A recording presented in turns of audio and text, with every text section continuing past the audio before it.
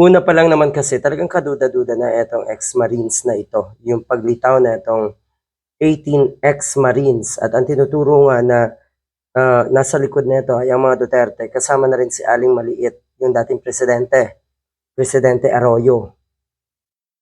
Ito po ang nadiskubre. Bago yan, kung matatandaan niyo po, hindi naman talaga daw katanggap-tanggap na merong isang joint or may joint affidavit. Etong 18 ito dapat daw ay personal, individual affidavit. Kaya nung tinatanong sila, isa-isa ng NBI, abay pumalag etong si Topacio, hindi daw dapat ganon.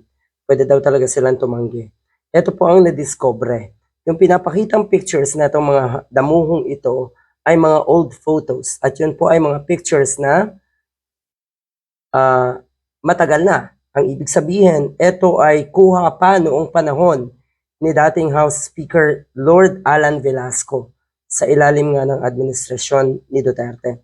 Pero kung titignan natin yung kanilang mga ipinipresentang pictures, karamihan doon ay mga edited.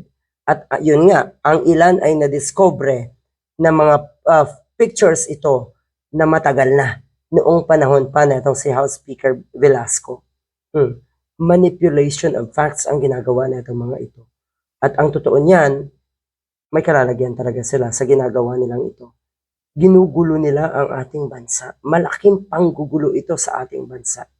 Ang sinasabi ni Ombudsman Boying Rimulya, meron daw mga maleta na nangyari nga noong ang delivery ay nangyari noong panahon ni Speaker Velasco.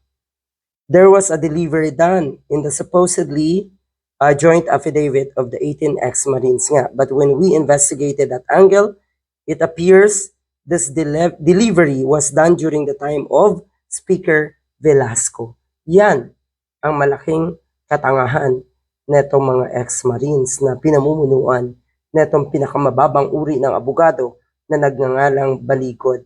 Hugas kamay na ngayon anong si Mike Defensor, wala daw siyang kinalaman. Siya daw ay naandyan lang para suportahan nga itong ex-Marines. Pero we doubt, maraming mga kababayan natin ang duda.